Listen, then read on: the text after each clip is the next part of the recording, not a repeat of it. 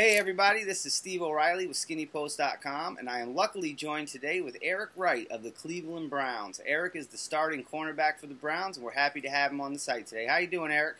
I'm doing pretty good. Thanks for having me. Yep, thanks for being here. We love talking to elite players, and you are definitely one of them on the Cleveland Browns.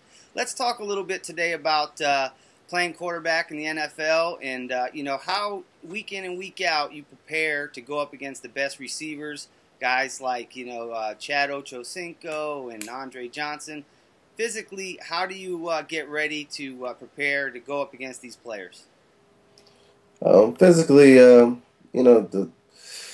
guess going into a week, things pretty much stay the same. You have practice. You have certain things you want to work on. As a player, just continue to perfect your craft. But, a lot of the work goes into film study and, really preparing for your opponent. And that gives you that extra edge, just, pretty much knowing what to expect, not only from an offensive scheme standpoint, but from the actual player that you're going to face. So, a lot of studying, a lot of extra work, in the classroom just to try to get that extra edge and advantage. Now, in 2007, the Browns went 10-6. That was your rookie year, and you guys won the AFC North. Since then, you've kind of had some bumps and bruises along the way. You've made some personnel changes on offense, and obviously now you got a new quarterback. You got rid of some tight ends and wide receivers or different teams. Mike Holmgren comes in and he brings his efforts and everything to the table. What does this do for you guys now going into 2010? Has he changed anything, or has he made any drastic changes within the team, or is everything pretty much status quo for now?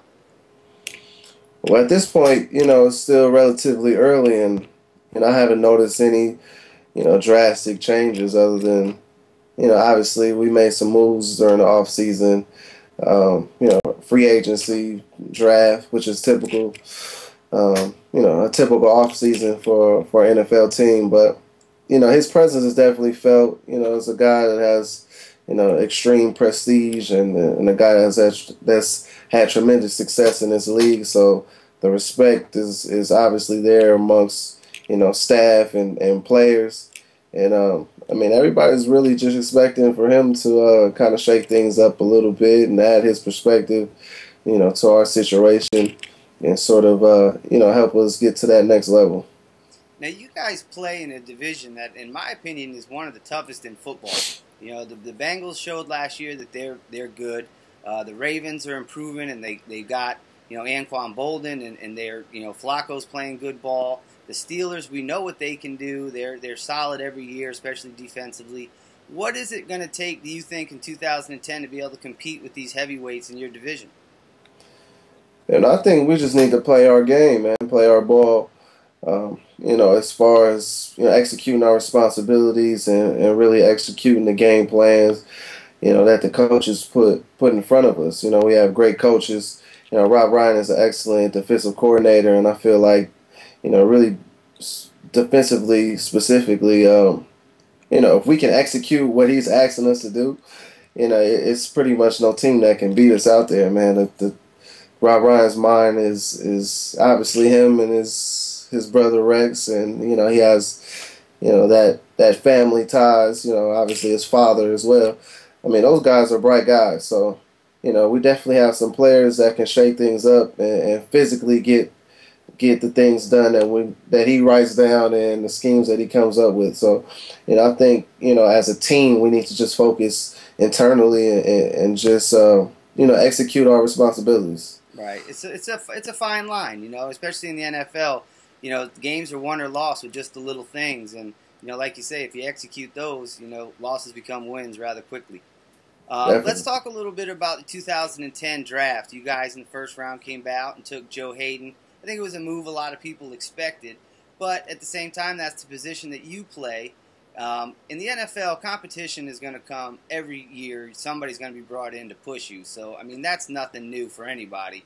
But how does a guy like you, for example, look at a guy that comes in, a first-round pick?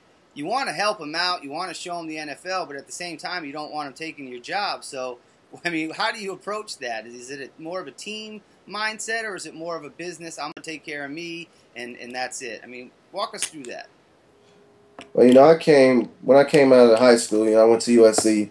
Um, and that program is built, fundamentally on competition. You have the best of the best, and everybody wants to play there. Everybody goes there. Competition, the cream will rise to the top, and the best players will ultimately play.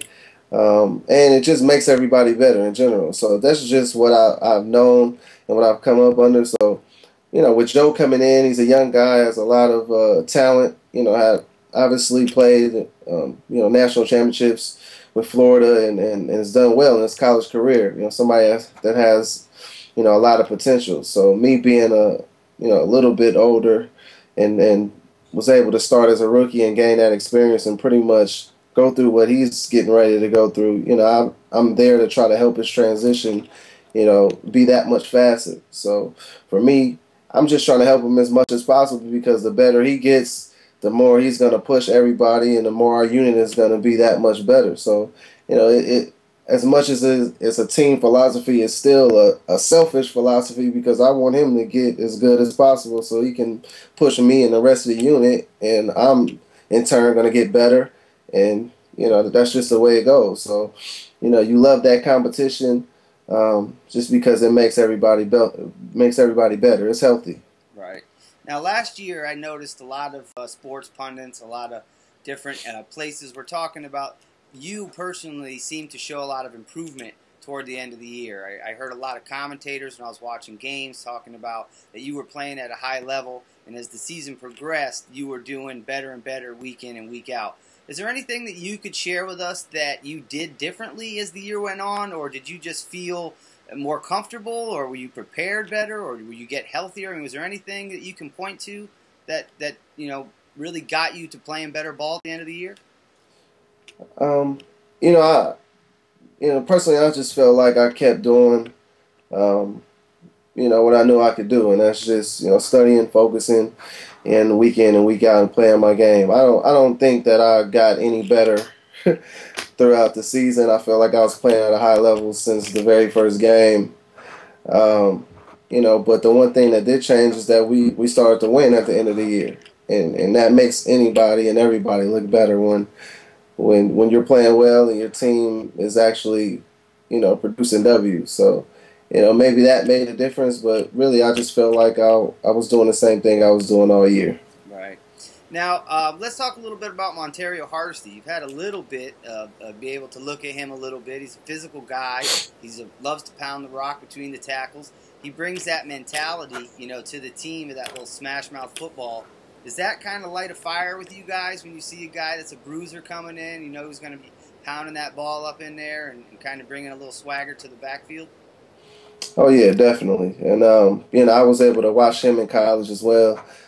Somebody that as soon as I drafted him, I was like, okay, I know this kid. I know what he's gonna come and bring to the table. So have a guy like that, and have a bruiser in this division is very, very important. It gets very, very cold. The snow, the elements start to come in the latter half of the season, and you just gotta have somebody that you can ride their backs, man. And I think him along with the guys that we already have, it's definitely going to be tough to stop us. We have a huge offensive line and made some improvements there as well. So, it's exciting. Good. Yeah, we're really looking forward to seeing what you guys can do and all the changes on offense and, what the Mike Holmgren's going to bring to the table and your new quarterbacks, new running backs. You got a lot of talent coming across the board. So it should be a very interesting division. The AFC North, any year somebody can come up, win 10 or 11 games and take control as the Bengals showed us last year. You never know what could happen.